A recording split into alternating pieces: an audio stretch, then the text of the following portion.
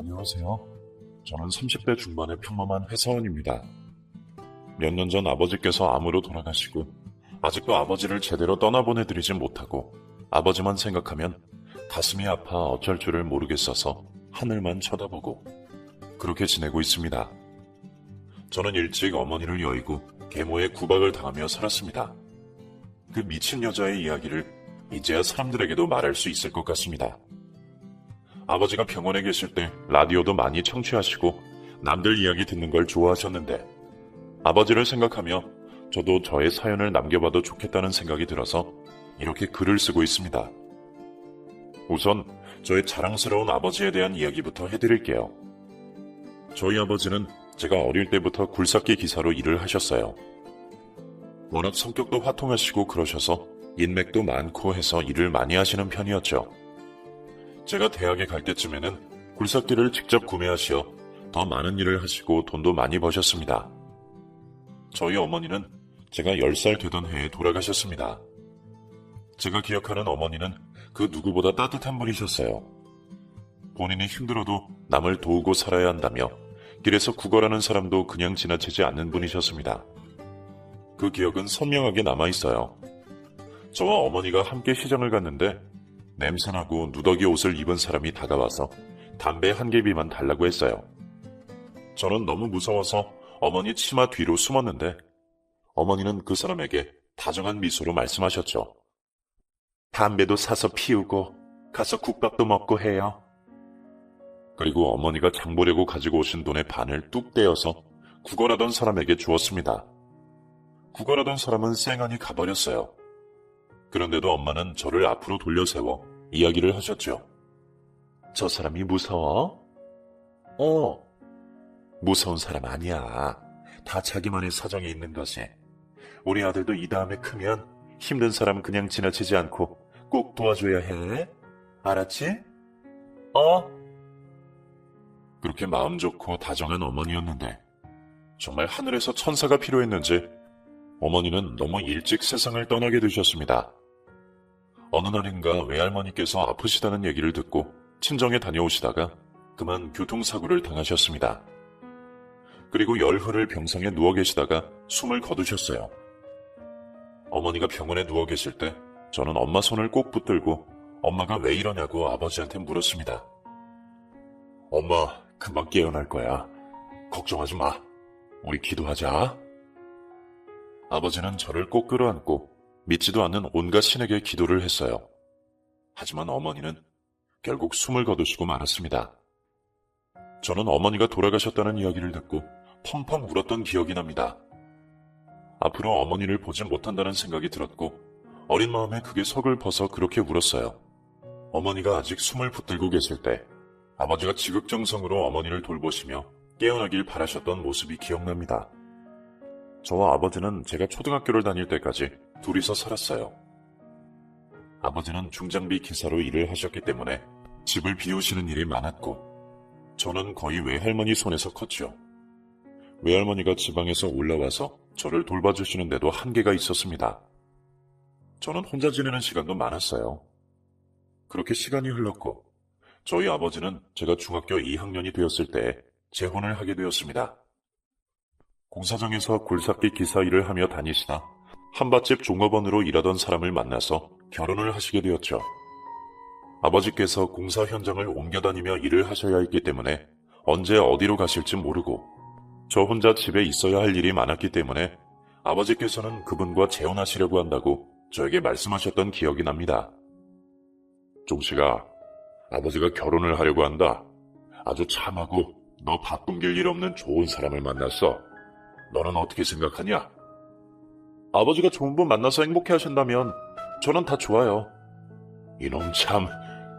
아버지는 우리 종식이가 그 사람이랑 잘 지냈으면 좋겠어. 아버지가 맨날 일 다니느라 너 혼자 두고 가는데 나쁜 길로 빠지지도 않고 열심히 공부해줘서 얼마나 당연한지 몰라. 그렇게 말씀하시던 아버지의 모습이 눈에 선하네요. 아버지가 좋아하는 분이면 저도 좋다고 그때는 생각했어요.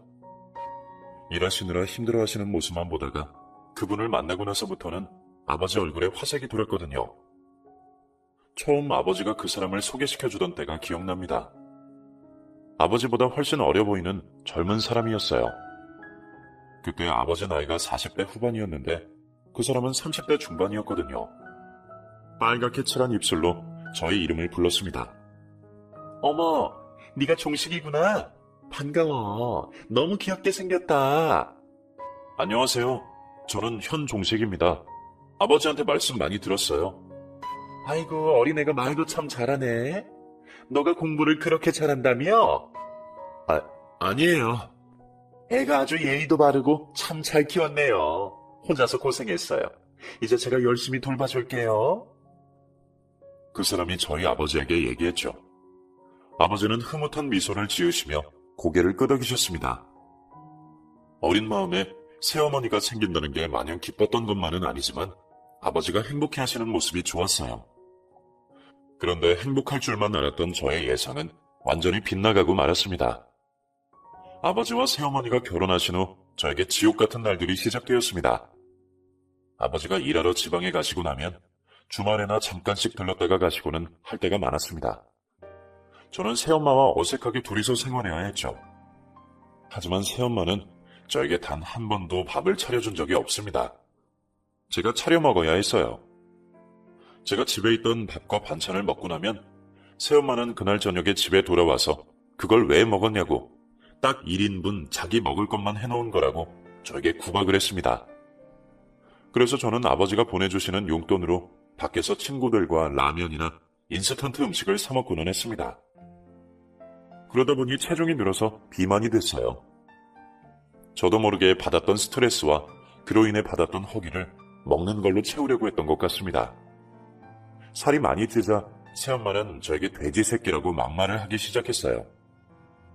야, 살 좀 빼. 너는 미련하게 살만 찌고 뭐 잘하는 거는 있니? 어우, 꼴 보기 싫어. 너 거울 좀 봐. 돼지가 따로 없어. 그렇게 말하는 새엄마에게 저는 반항 한번 제대로 해보지 못했습니다. 구박을 당하면 당할수록 위축되어 갔고 정말 모든 게 채탄만 같았어요. 그래서 저는 더 잘 보이고 싶은 마음에 공부만 열심히 했습니다. 좋은 성적이 나면 새엄마에게 보여드렸어요.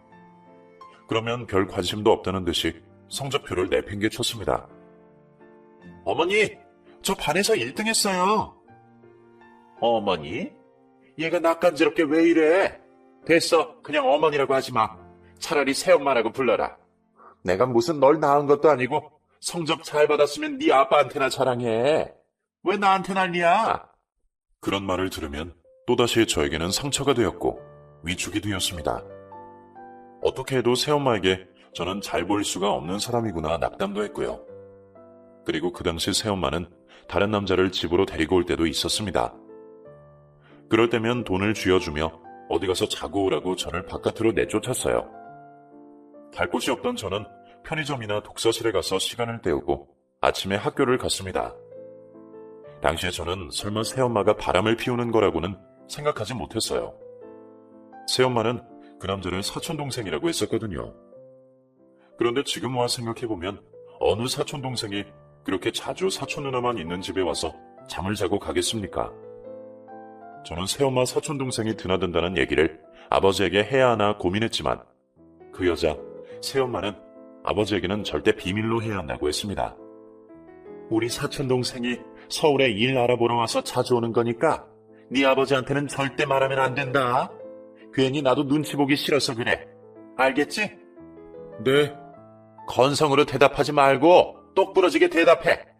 너네 애가 왜 그렇게 답답하니? 지 아빠를 닮아가지고 아유.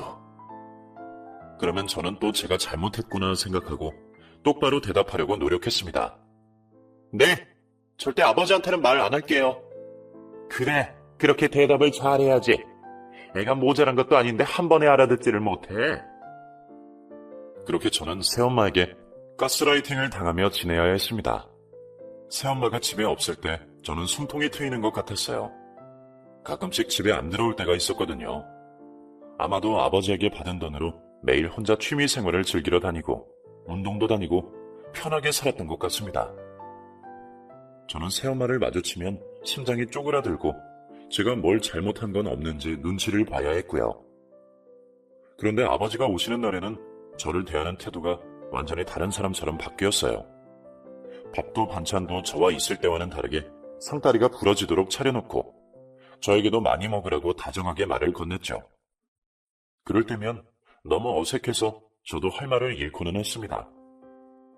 저는 차마 아버지에게 제가 구박을 받으며 살고 있다는 말씀을 드릴 수가 없었습니다. 그때부터 새엄마는 물론이고 다른 친구들이나 사람들에게도 눈치를 보기 시작했고 아버지에게 이야기할 수 없을 정도로 세뇌도 당하고 마음이 많이 약해져 있었어요. 아무것도 모르는 아버지가 저에게 왜 이렇게 살이 쪘냐며 새엄마가 잘 해먹이는 모양이라고 좋아하셨죠. 그러면 저는 그냥 웃어 넘겼어요. 저는 얼른 대학에 가서 자립하고 혼자 살고 싶다는 생각만 했습니다. 그렇게 고등학교를 다니며 열심히 공부하고 지방에 있는 이름 있는 대학에 입학하게 되었어요. 서울권에 갈 수도 있었지만 집에서 먼 곳으로 도망치고 싶었습니다. 그리고 기숙사 생활을 시작하게 되었죠. 새엄마를 만날 일이 줄어들자 정말 살 것 같았어요. 대학교에 들어가서 저는 운동을 시작했고 살을 20kg이나 감량했습니다. 대학교에 다니면서 남들과 똑같이 캠퍼스 커플도 해보고 동아리에 가입도 하고 학업에도 충실하며 평범하게 지내게 되었어요. 저도 모르게 새엄마의 영향으로 남 눈치를 보는 버릇이 남아있었는데 한 여자를 만나면서 그 버릇이 아직 남아있다는 걸 깨닫게 되었어요. 오빠는 왜 그렇게 사람 눈치를 봐? 내가? 난 그런 적 없는데? 아니야, 그런 게 있어. 왜 그런 거야? 그러지 마. 오빠가 위축될 거 하나도 없는데 그럴 때마다 속상해. 아, 나도 모르게 그런 습관이 몸에 배어 있었나 봐. 고쳐볼게. 그 여자 덕분에 저의 오래된 고질병 같은 남 눈치 보는 습관이 서서히 사라졌고 저에게 좋은 영향만 주는 그 사람과 오랜 연애 후에 결혼까지 하게 되었습니다. 저는 대학 졸업 후에 바로 일을 시작하게 되었고 대학교 다니며 과외며 아르바이트해서 모은 돈으로 월세집 보증금을 마련할 수 있었고 그렇게 지방에서 혼자 살게 되었습니다. 아버지께서는 집에 들어와 살라고 하셨지만 저는 새엄마와 또 끔찍한 나날을 보내기가 싫었어요. 제가 다 큰 성인이 되었기 때문에 어릴 때처럼 저를 구박하지는 못하겠지만 어릴 때 겪은 트라우마가 저에게 깊이 새겨져 있었거든요. 그렇게 명절 때나 집에 가고 아버지는 가끔 밖에서 따로 만나면서 지내게 되었습니다. 그리고 회사를 다니기 시작하고 20대 후반이 되어서 저는 대학 때부터 만나온 여자친구와 결혼을 하게 되었습니다.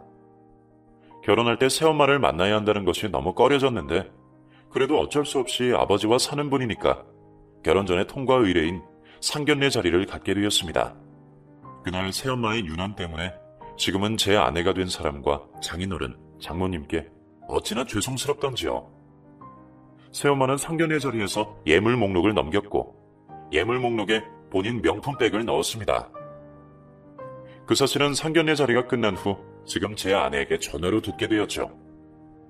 그날 제가 그것에 대해 말씀드리자 저희 아버지께서 본인이 사주겠다며 애들 부담스럽게 하지 말라고 말리셨습니다. 하지만 새엄마는 뻔뻔한 얼굴로 당연히 받아야 하는 거라고 오히려 화를 내더라고요. 아들 잘 키워놨는데 이 정도는 받아야지. 당신은 너무 물러터져서 문제야. 명품백은 좀 사돈한테도 미안하고 그런데 내가 사줄게. 당신 그리고 백 많잖아. 아유, 이 정도 가지고 뭘 그래요? 다들 이해할 거야. 그렇지, 아들? 정말 할 말이 없더라고요. 저희 아내가 그렇게 잘 사는 집안도 아니었기 때문에 저는 예물의 명품백은 조금 부담스러울 것 같다고 말씀드렸습니다.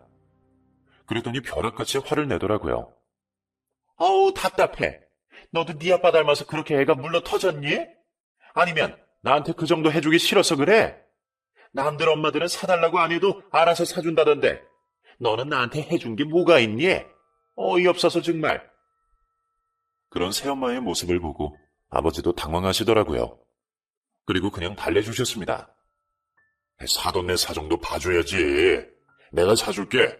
당신 왜 그래? 당신만 조금만 이해해주면 될 일을. 답답하다, 답답해.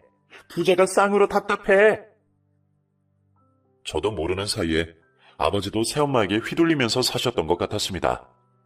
새엄마의 말 한마디 한마디에 그저 기가 죽어 계시더라고요. 아마도 본인이 바쁘게 일하느라 저를 새엄마가 혼자 키우셨다고 생각하셨던 것 같아요. 새엄마와의 사이에서 아이도 낳지 않았고요. 그러고 계신 아버지도 미웠고 새엄마는 더더욱 꼴보기가 싫었습니다. 저는 그 다음날 아내를 만나서 미안하다고 이야기했어요. 제 아내는 저의 새엄마에 대해서 저에게 들어서 알고 있었습니다. 제가 어릴 때 새엄마 때문에 힘들게 살아온 것도 연애하면서 제가 다 털어놨었거든요. 그래서 예물 목록에 어떻게 자기 명품백을 넣어놓을 수가 있냐고 양심이 있는지 모르겠다고 제가 한숨을 토하자 아내가 위로해 주었습니다. 자기가 날 어떻게 대했는데 결혼한다고 그런 걸 요구해? 미안해. 오빠, 괜찮아. 내가 해드릴게. 너무 걱정하지 마. 그동안 그런 어머니 밑에서 크느라 얼마나 고생이 많았어. 이제 나랑 살면서 다 잊어.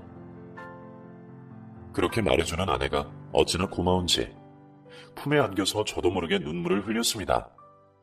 이런저런 우여곡절 끝에 결혼식을 마치고 저희는 결혼 후 지방에서 살았어요. 저희 일자리도 지방에 있었기 때문에 그렇게 하기로 합의했습니다. 저희 아버지와 새엄마는 서울에서 계속 살고 계셨죠. 아버지가 돈을 많이 모으셔서 아파트도 평소 큰 좋은 아파트에 살고 계셨고 예전만큼은 아니지만 아버지도 계속 일을 하고 계셨습니다. 이제 결혼도 했겠다? 완전히 독립하였고 제 삶을 잘 꾸려보자고 생각하며 아내와 함께 저도 대출을 받아 집도 마련했습니다. 그리고 아내가 결혼 후 바로 임신을 하게 되어서 아이도 금방 갖게 되었죠. 그런데 아기가 태어나자마자 기뻐할 새도 없이 절망적인 소식을 듣게 되었습니다. 아버지께서 변을 누시는데 피가 너무 많이 나와서 병원에 가셔서 이런저런 검사를 받으시고 대장암 말기라는 말을 듣게 되신 겁니다. 저에게 전화를 건 사람은 새엄마였습니다. 뭐하냐? 바빠? 무슨 일이세요? 무슨 일이긴 말을 왜 그렇게 하니? 아무튼 큰일 났다. 너네 아빠가 대장암 말기란다. 일을 어쩌냐? 네? 그게 무슨 말이에요? 아버지 어디 계신데요? 여기 병원인데 우선 입원해 있으니까 빨리 와봐. 그렇게 평생 건강하게 사셨던 분이 갑자기 암이라니 정말 믿을 수가 없었어요. 저는 회사 반차를 쓰고 바로 병원으로 달려갔습니다. 가면서 여러 가지 복잡한 심경이 들었어요. 새엄마 때문에 아버지까지 자주 찾아보진 못했던 저의 못났던 지난날에 대해 후회와 자책하는 마음도 들었습니다. 병원에 갔는데 새엄마는 보이지 않았습니다. 저는 아버지 병실에 가서 아버지를 만났습니다. 아버지는 애써 아무렇지도 않은 척 하시더라고요. 아이고, 우리 아들 바쁜데 여기까지 왔냐? 별거 아니야. 별거 아니긴요. 새엄마 말로는 아니에요. 아버지 괜찮을 거예요. 그럼 괜찮지. 네 아버지 체력 좋은 거 알지 않냐? 걱정 마라. 울긴 왜 울어? 왜 진작에 말씀 안 하셨어요? 언제부터 그런 건데요? 검사 결과 나왔을 정도면 병원에 다니신 지도 꽤 된 거 아니에요? 아니야. 무슨 좋은 일이라고 너한테까지 알리냐? 그게 무슨 말씀이세요? 새엄마는 어디 갔어요? 너는 아직도 새엄마라고 부르냐? 뭐 볼 일이 있다고 갔어. 정말 너무하네요. 아버지가 대장암 말기 판정을 받고 병원에 누워 계시는데 태평하게 혼자 어딜 간 건지 정말 납득할 수 없는 행동만 하는 여자였어요. 저는 평생 듬직하고 강인한 모습만 보여주셨던 아버지가 안본 새에 너무 작고 왜소해진 상태로 침실에 누워 계신 것을 보니 마음이 아파서 저도 모르게 눈물이 흘렀습니다. 아버지에게 들키지 않으려고 밖으로 나가서 한참을 울다 병실로 들어갔습니다. 그렇게 그날 아버지 옆을 지키고 있었습니다. 그리고 회사에 전화를 걸어 휴가를 써야겠다고 말해놨습니다. 다음날 아버지 주치의를 만나러 가서 아버지 상태에 대해 물어봤지요. 의사는 아버지께서 대장암 말기시고 다른 곳에 전이가 많이 되어서 수술이 불가한 상태라고 했어요. 제가 그럼 어떻게 해야 하냐고 물었더니 우선 항암 치료를 시작해야 한다고 했습니다. 수술을 할 수조차 없다니 너무 절망적이었어요. 아버지는 저더러 빨리 일하러 나가라고 하셨죠. 너 이제 그만 가봐라. 나 혼자 있어도 돼. 우리 손주도 태어난 지 얼마 안 됐는데 가서 일해야지. 저 휴가 내고 올라왔어요. 아버지, 걱정하지 마세요. 아휴, 미안하다. 아버지가 이런 모습 보여줘서. 미안하긴 뭐가 미안하세요. 그나저나 새엄마는 언제 오신대요? 올 때 되면 오겠지 뭐. 하도 이래저래 바쁜 사람이라서. 뭘 하느라 바쁜데요? 일도 안 하시잖아요. 아버지 뻔히 이러고 계신 거 알면서 정말 너무한 거 아니에요?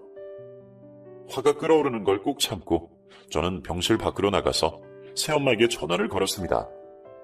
시끌벅적 요란한 음악 소리가 들리더라고요. 여보세요? 왜 전화했니? 왜 전화를 했냐뇨? 아버지가 저러고 계신데 지금 어디세요? 나 운동하러 왔어, 헬스장. 나라도 건강해야지. 너희 아버지는 항암 치료해야 한다며? 치료받고 어차피 퇴원할 건데 그 우중충한 병실에 내가 가서 뭐하니? 너 있으니까 됐잖아. 운동 끝나면 갈 테니까 끊어. 그리고 전화를 끊어버렸습니다. 너무 황당하더라고요. 사람 참 안 변한다 싶은 생각도 들고 어떻게 이런 상황에서 이렇게까지 할 수 있는지 어이가 없었습니다. 이대로 아버지 병수발이나 제대로 들런지 걱정도 됐고요. 그리고 아버지 옆을 지키며 고심을 하던 끝에 저는 새엄마가 있는 집으로 들어가긴 정말 싫지만 제가 아버지 댁으로 와서 아버지를 돌봐야 하나 그런 생각까지 하게 됐습니다. 새엄마의 하는 꼴을 보니 아버지를 어디 요양병원에 버릴 수도 있겠다는 생각도 들었어요. 그렇게 저는 그냥 새엄마는 절대 아버지를 병간호해줄 인간이 아니라는 생각이 지배적으로 들었기 때문에 어떻게 아버지를 보살펴야 할지 고민 먼저 했던 것 같습니다. 그리고 사실 아버지가 그렇게 되신 지 얼마 전에 서울로 발령 제의를 받았는데 제가 거절을 했던 적이 있거든요. 지방에 좋은 공기 마시며 일하는 게 편하다며 애써 좋은 자리를 거절했었죠. 그런데 발령받았던 걸 받아들이기로 결심했어요. 그리고 아버지 집이 컸기 때문에 우선 아버지 집으로 들어가서 지내자고 생각했습니다. 아내와 태어난 아기에게는 미안했지만 그렇게라도 제가 그동안 아버지를 속으로 원망하고 찾아뵙지 않았던 세월을 보상하고 싶었어요. 새엄마는 아버지가 항암치료 받으실 5일 동안 단 한 번 얼굴을 비추고 계속 오지 않았습니다. 제 예상이 맞아떨어졌죠. 휴가가 끝나고 저는 회사에 가서 서울 발령 가겠다는 의사를 밝히고 퇴근 후 저희 집으로 돌아가서 아내에게 이런 상황을 설명했습니다. 제 이야기를 다 들은 아내는 걱정 먼저 하더라고요. 아버님 어떡해? 여보, 당신만 가도 괜찮겠어? 나도 같이 갈게. 아니야, 우선 상황을 좀 보자. 우리 아기 태어난 지 100일도 안 지났는데 당신 몸조리라도 더 해야지. 아마 일주일 후에 서울로 일 다니게 될 거야. 미안해 여보, 같이 있어줘야 하는데. 아니야, 당신한테 아버지가 어떤 의미인지 잘 아는데 아버님 병간호나 잘해드려. 정말 어떻게 해야 돼? 당신 새엄마는 정말 미친 사람 아니야? 그래서 꼭 가야 할 것 같아. 근데 당신 일 다니면서 괜찮겠어? 내가 같이 가야 되는 거 아니야? 괜찮아. 난 그 여자 믿고 아버지 못 맡겨. 내가 옆에서 지켜드려야겠어. 아내와 아이가 눈에 밟혔지만 장인 장모님 댁이 저희 집과 가까워서 그나마 마음이 놓였고 아내가 이해해줘서 감사한 마음뿐이었습니다. 저는 마음 한켠에 짐을 실은 채 서울로 올라갔습니다. 가기 전에 전화로 제가 서울로 올라가겠다고 하자 새엄마의 반응이 기가 막혔습니다. 여기를 왜 와? 아버지는 내가 잘 병간호할 건데 지 식구나 챙기지? 아주 눈물 나겠네. 효자 났네, 효자 났어. 평소에 잘 찾아오기나 하지? 이제서야 지 아빠 죽을 날 받아놓으니까 효도하고 싶니? 딴 생각이 있는 건 아니고. 무슨 말씀하시는 겁니까? 아버지 완쾌하실 거예요.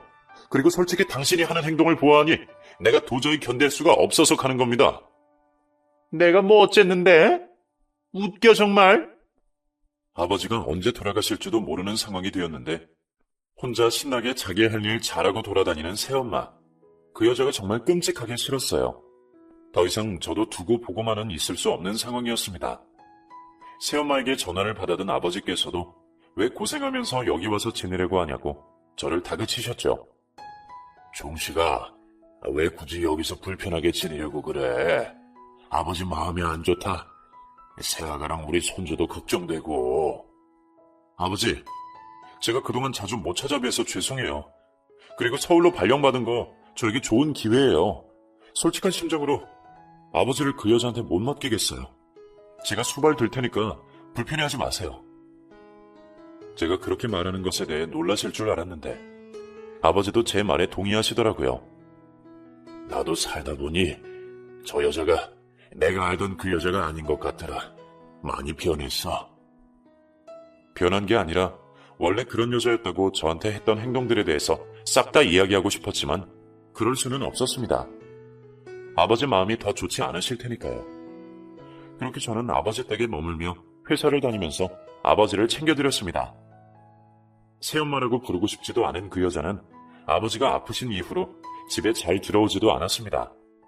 제가 퇴근 후에 밥을 차려드리고 대장암에 좋다는 음식을 구해와서 아버지에게 차려드렸죠.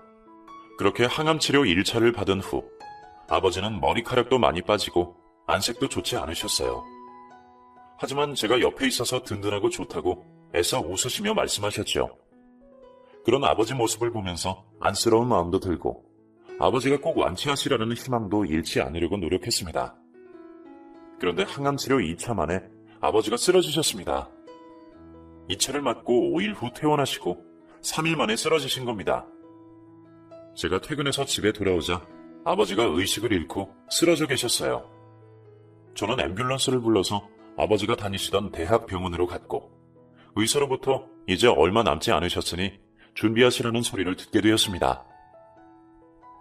그리고 아버지의 증세가 악화되어 병원에 입원하시게 되었는데도 코빼기도 보이지 않던 그 여자가 너무 괘씸했어요. 도대체 어디서 뭘 하고 다니는 건지 내 눈으로 확인해 봐야겠다고 생각했습니다. 그래서 그렇게 열심히 다닌다는 헬스장으로 말도 없이 쳐들어갔습니다. 그랬더니 웬 헬스 트레이너와 다정하게 대화를 하고 스킨십을 하고 있는 게 아니겠습니까? 너무 놀라서 저는 증거를 잡아야겠다는 생각이 들었어요. 아버지가 저렇게 암으로 쓰러지셔서 병원에 입원해 계신데 그 사실을 알면서도 새파랗게 젊은 놈이랑 바람이 났다고 생각하니 머리가 핑 돌고 미치겠더라고요.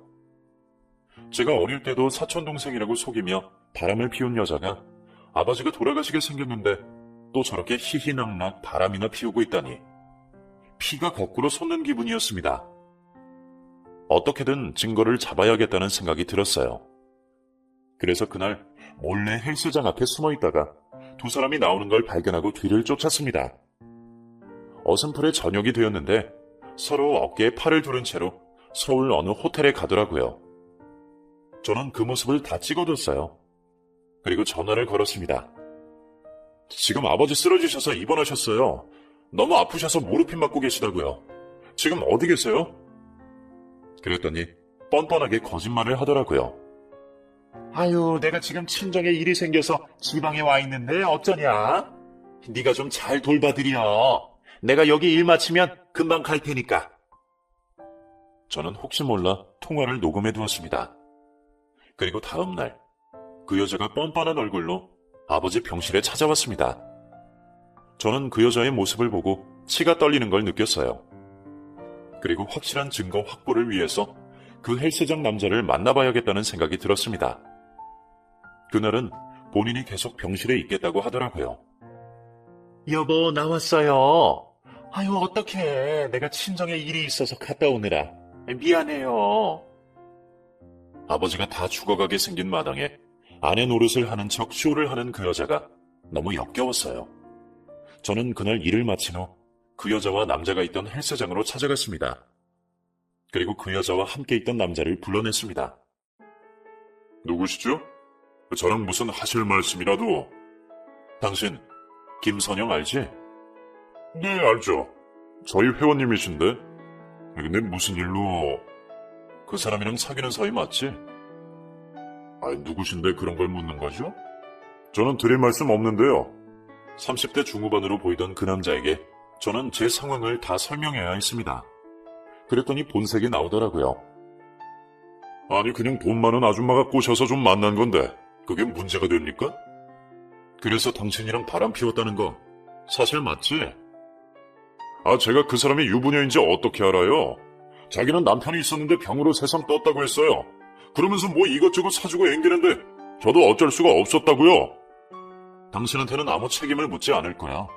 대신 증언을 좀 해줘야겠어. 그렇게 저는 그 여자가 바람 피운 남자를 해유했습니다. 그리고 그 여자를 소송해야겠다고 생각했어요.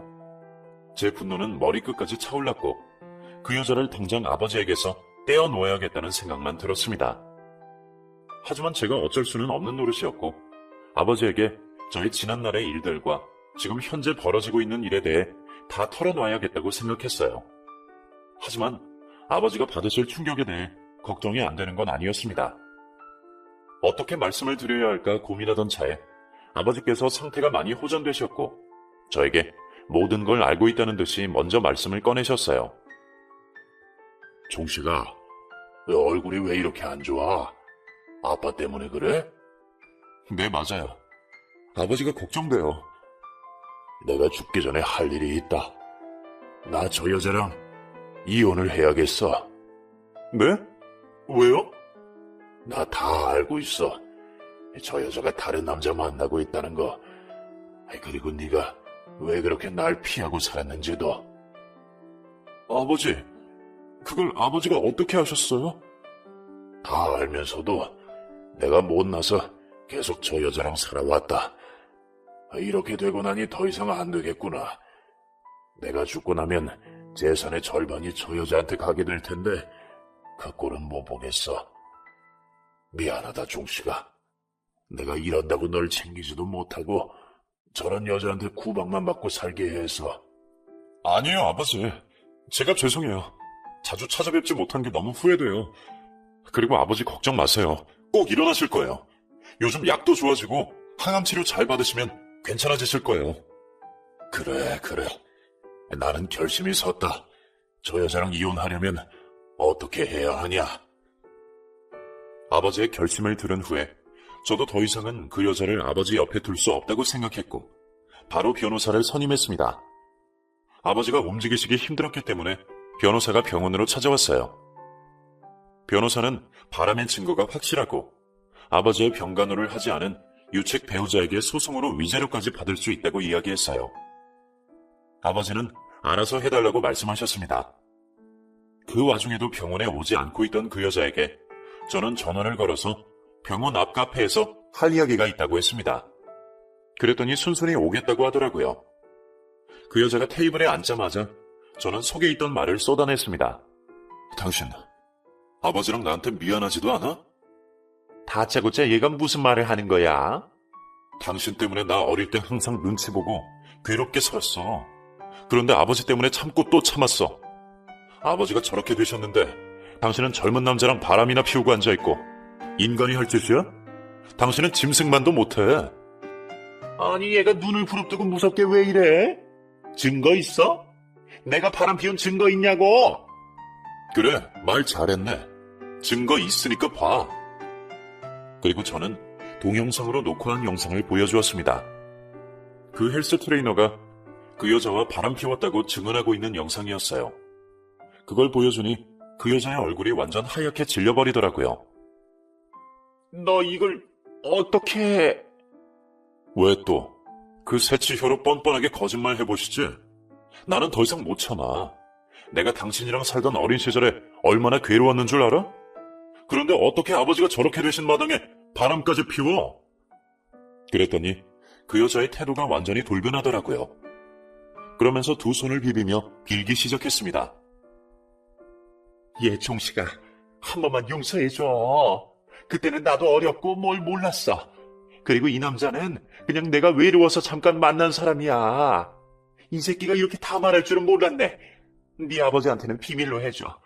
그 사람 그 아픈 몸을 하고 이런 사실을 알면 얼마나 충격을 받겠니? 아버지 이미 다 알고 계셔. 당신이 얼마나 천박하게 굴었으면 아버지가 다 알고 계시겠어. 나한테 했던 짓도 어느 정도 파악하고 계신다고. 알아? 당신은 소송 준비나 잘 하고 있어. 야, 종씨가 한 번만 용서해줘. 네 아버지 이제 곧 돌아가시는데 나더러 어떻게 살라고? 이 뻔뻔한 인간아, 좀 뉘우칠 생각을 해라. 그리고 병원에 찾아올 생각은 추호도 하지 마. 저는 그 말을 내뱉고 카페를 나왔습니다. 그 여자는 얼굴이 새하얗게 질린 채로 한 발자국도 움직이지 못하고 있더라고요. 그간의 모든 서름이 날아가고 기뻐야 하는데 저는 착잡한 마음만 들었습니다. 아버지는 3차 항암 치료를 받으실 수 있을 만큼 회복이 되셨고 이혼 소송을 하여 결국 유책 배우자가 된 그 여자는 알몸으로 집에서 쫓겨나게 되었습니다. 또한 아버지에게 위자료도 주어야 했죠. 아버지는 후련하다고 하셨습니다. 내가 종식이 너한테 지은 죄가 많다. 저런 여자를 엄마라고 하고 살게 했으니 정말 미안하다, 종식아. 아버지, 그런 말씀 마세요. 제가 더 죄송해요. 이제 아버지 몸 건강만 생각하세요. 제가 열심히 돌봐드릴게요. 손주가 너무 보고 싶다. 새아가랑 우리 손주랑 다 같이 살면 내 욕심이겠냐? 아니에요, 아버지. 저도 부를 생각이었어요.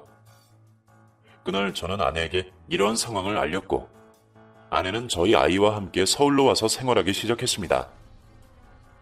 아이를 보고는 아버지가 너무 좋아하시더라고요. 아이고, 우리 손주 이렇게나 컸어? 잘생겨가지고 지 아빠를 빼다 박았네. 제가 아버지 닮았잖아요. 맞지? 맞아. 우리 손주 너무 장하다. 새아가, 그동안 혼자 고생 많았지? 아니에요, 아버님. 얼른 쾌차하셔야지요. 그래. 아버지의 병세는 좋았다가 나빴다가 했어요. 같이 살던 7개월 동안 아버지는 정말 행복해 하셨습니다. 그리고 더 이상 항암 치료를 할 수 없다는 이야기를 듣고 병세가 점점 심해지셔서 입원을 하셨습니다. 아버지에게 마지막 하실 말씀 하시라고 의사가 말하는데 저는 눈물을 펑펑 쏟으며 아버지, 정말 사랑하고 죄송해요. 아버지 고생 많으셨어요. 좋은 곳 가세요. 라고 말을 했어요. 아버지는 마지막 숨을 붙잡고 저에게 너희들 행복하게 잘 살아라. 손주 잘 키우고 아버지는 그거면 됐다. 라고 말씀하셨습니다. 그리고 그날 새벽에 숨을 거두셨어요. 아버지가 돌아가신 후에 저는 많은 부분에서 후회가 되고 괴로웠습니다. 아버지께서 저에게 남겨준 재산의 일부는 아동복지센터와 노인 후원단체에 기부하였습니다. 그리고 저희 아이는 지금 4살이 되었어요. 무럭무럭 건강하게 잘 크고 있습니다. 저희 세 식구는 아버지 유언대로 행복하게 잘 살고 있습니다. 여전히 아버지가 그립고 가끔씩 그 여자가 생각나면 치가 떨릴 만큼 괴롭지만 그래도 잘 이겨내며 살고 있어요. 하늘에 계신 아버지께서 저희 잘 사는 모습을 보고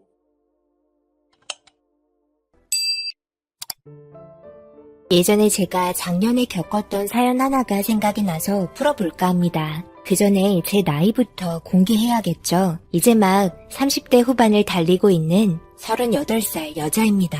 그리고 남편은 42살입니다. 현재 저희는 한 지붕 아래 아버님과 어머님과 같이 살고 있습니다. 이제 8살 된 아들 하나 키우며 많은 도움 받고 살고 있습니다. 내년에는 친정 부모님도 옆 건물로 이사와서 함께 지낼 계획입니다.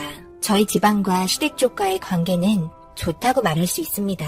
때만 되면 항상 함께 모이며 시간을 보내곤 합니다. 거의 1년의 계획을 미리 계획하며 스케줄을 잡아놓습니다.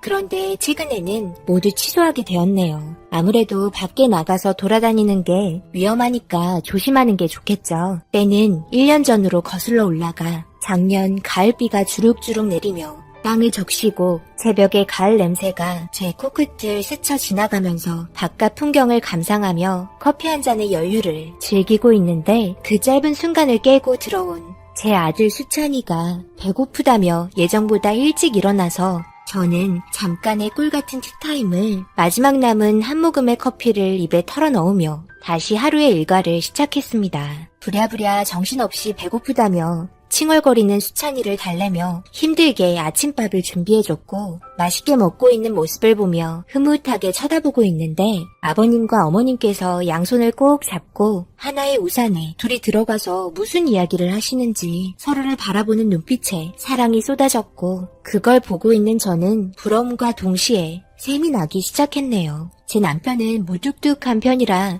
표현도 잘 안 하고 손도 잘 잡아주지 않는데 저런 사소한 모습 하나가 저에게는 그저 부러울 뿐이었습니다. 그렇게 동네 한 바퀴 돌고 들어오신 시부모님 아침상 차려드리고 어머님께서는 저에게 항상 고맙다며 설거지를 해주십니다. 어머님께서 항상 식사가 끝나면 설거지는 자기가 해야 한다면서 절대 만지지 못하게 하시네요. 미안하기도 하지만 그 시간을 활용해 저는 다른 일들을 시작합니다. 아버님께서는 청소기를 돌리시고 수찬이는 거실을 운동장 삼아 뛰어다니며 정리해놨던 물건들을 다시 흐트려 놓네요. 그런 모습이 귀여우신지 아버님께서는 청소기 돌리시다 말고 수찬이와 놀아줍니다. 이런 집에서의 생활에 만족하며 잘 살고 있던 이때에 저희 가족에게 상상하지 못한 일들이 펼쳐질 거라곤 전혀 생각하지 못했습니다.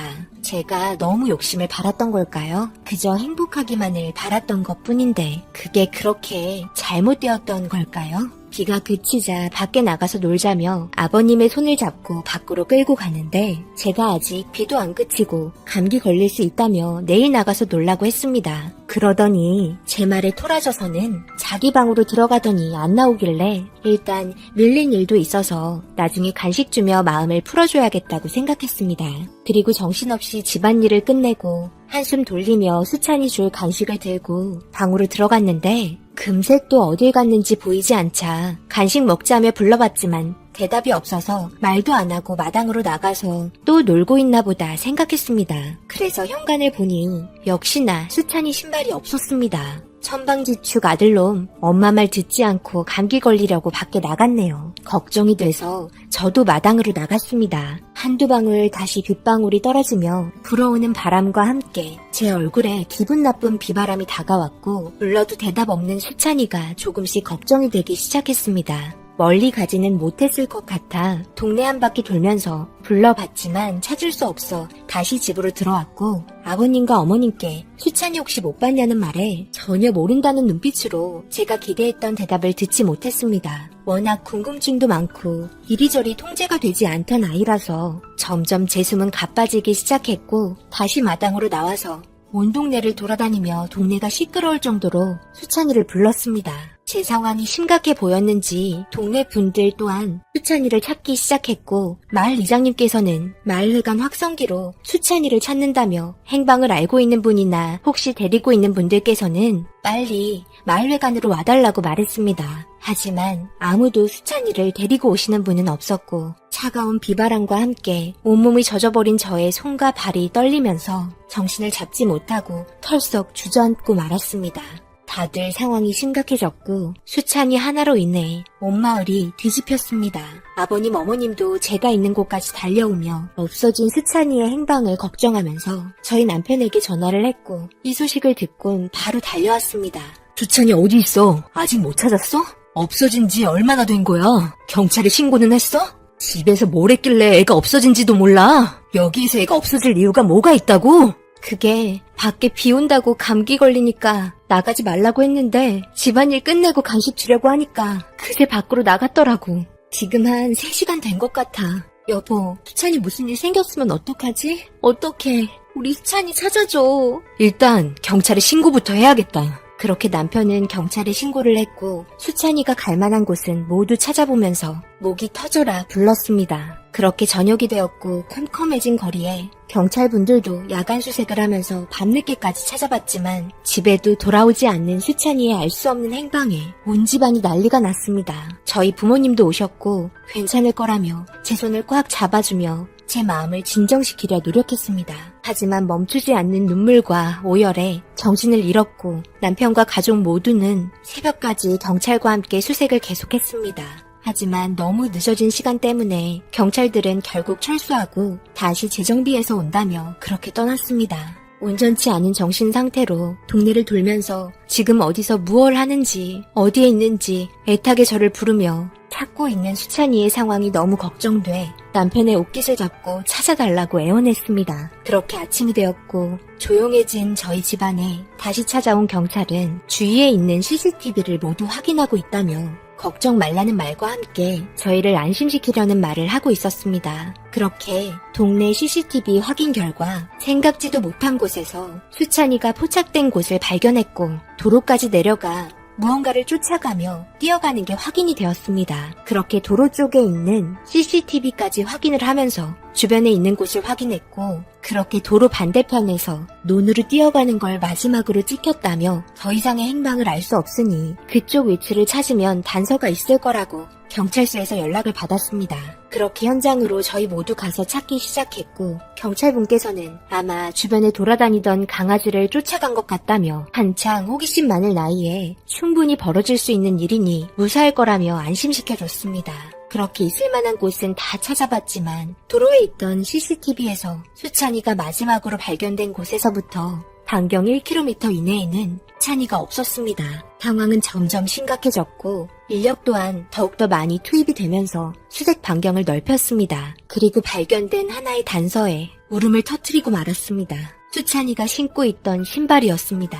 논두렁에 빠졌는지 신발이 논에 푹 들어가 있었고, 그리고 수찬이가 개에게 질질 끌려간 듯한 발자국과 수찬이의 흔적에 경찰은 들개가 물고 간 것 같다며 공격성이 높은 들개의 짓일 수도 있다며 수찬이의 흔적을 빠르게 따라갔습니다. 그리고 미끄러지는 듯 하수구로 이어지는 곳이 있었고 어른들이 들어가기 힘든 곳이었습니다. 안에는 하수구가 막힌 건지 비가 왔는데도 하수구 안쪽은 건조한 상태였고 질질 끌려간 것 같은 바닥의 쓸림을 확인할 수 있었습니다. 그렇게 동물구조협회까지 찾아와 안쪽의 상태를 탐색할 수 있는 장비를 가지고 와서 수색을 하기 시작했고, 생각보다 깊고 미로같이 생긴 곳을 샅샅이 수색을 하면서 발견된 렌즈에 비친 눈동자에 저희는 너무 놀라 충격을 받고 말았습니다. 그 좁디 좁은 곳에는 생각보다 큰 강아지가 웅크리고 있었고 그 품에 안겨있는 수찬이가 있었습니다. 정신을 잃은 듯 했고 주변에 새끼 강아지가 수찬이를 밟으며 왔다 갔다 하고 있었습니다.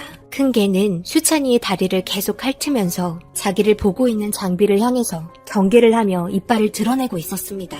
너무 어두워서 자세히 확인할 수는 없었지만 확실한 건 수찬이가 맞는다는 거였습니다. 하지만 미동조차 없던 제 아이의 모습에 저는 다급해졌고 빠르게 구조해달라며 재촉하기 시작했습니다. 그렇게 동물구조협회에서 작업이 진행이 되었고 뒤이어 수찬이를 구조할 수 있는 장비를 가지고 온 119 구조대와 함께 동시 진행이 시작되었습니다. 그리고 저에게 모습을 보인 수찬이는 온몸이 불덩이였으며 온몸이 긁혀서는 발목이 퉁퉁 부어 피멍이 들어 있었습니다. 구급 대원분께서는 발목이 부러진 것 같다며 아마 논두렁에 빠지면서 꺾였을 수 있다는 말에 아까 신발이 발견된 곳에서 그렇게 된 것 같다며 응급실로 빠르게 이동했습니다. 심각해진 수찬이의 상태에 긴급하게 수술이 진행이 되었고 수술 결과는 괜찮다는 말과 함께 진정이 필요하고 당분간 입원해서 상태를 보고 퇴원하면 된다며 안심의 말을 전해주었습니다. 그렇게 수찬이가 깨어날 때까지 옆에서 지키고 있었고 엄마라고 부르는 목소리에 눈물이 쏟아졌습니다.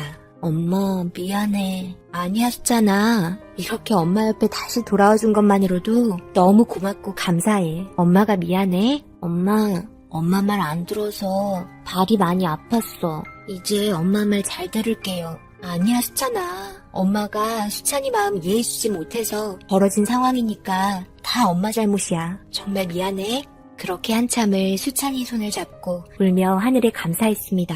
조금이라도 늦었다면 다시는 만날 수 없는 곳으로 떠나보내게 될 수도 있던 상황에 너무 아찔했습니다. 그렇게 수찬이는 회복을 빠르게 했고 집에 돌아오게 되었네요. 그리고 함께하게 된 또 하나의 가족이 있습니다. 제 아이를 구해주고 주위에서 보살펴준 들깨였던 하늘아, 너무 고마워. 하늘이가 아니었으면 비가 왔던 저녁 걷지도 못했을 수찬이는 차가운 눈에서 추위로 세상을 떠났을 거야. 정말 고맙다. 이젠 우리가 너를 지켜줄게.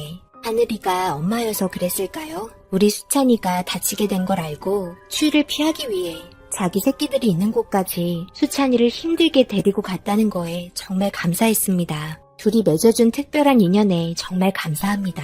지금은 수찬이와 하늘이는 둘도 없는 친구가 되었네요. 오늘따라 비가 보슬보슬 내리니 그때의 일이 떠올라 제 사연을 올려봤습니다. 그리고 그때 함께 고생해주셨던 분들 정말 감사합니다. 남편은 오늘 비가 내린다며 작년에 같이 고생해 주셨던 분들 찾아가 간단한 간식거리 드리고 온다고 하네요. 정말 모두들 감사합니다. 그리고 제 옆에서 행복한 꿈을 꾸고 있는지 둘이 끌어안고 자고 있는 희찬이와 하늘이 너무 고맙고 사랑해. 그리고 거실에서 난리치고 있는 하늘이 새끼들, 너희들 제발 그만 좀 어지를 수 없겠니? 너무 힘들단다. 제 사연 읽어주신 분들 정말 감사합니다.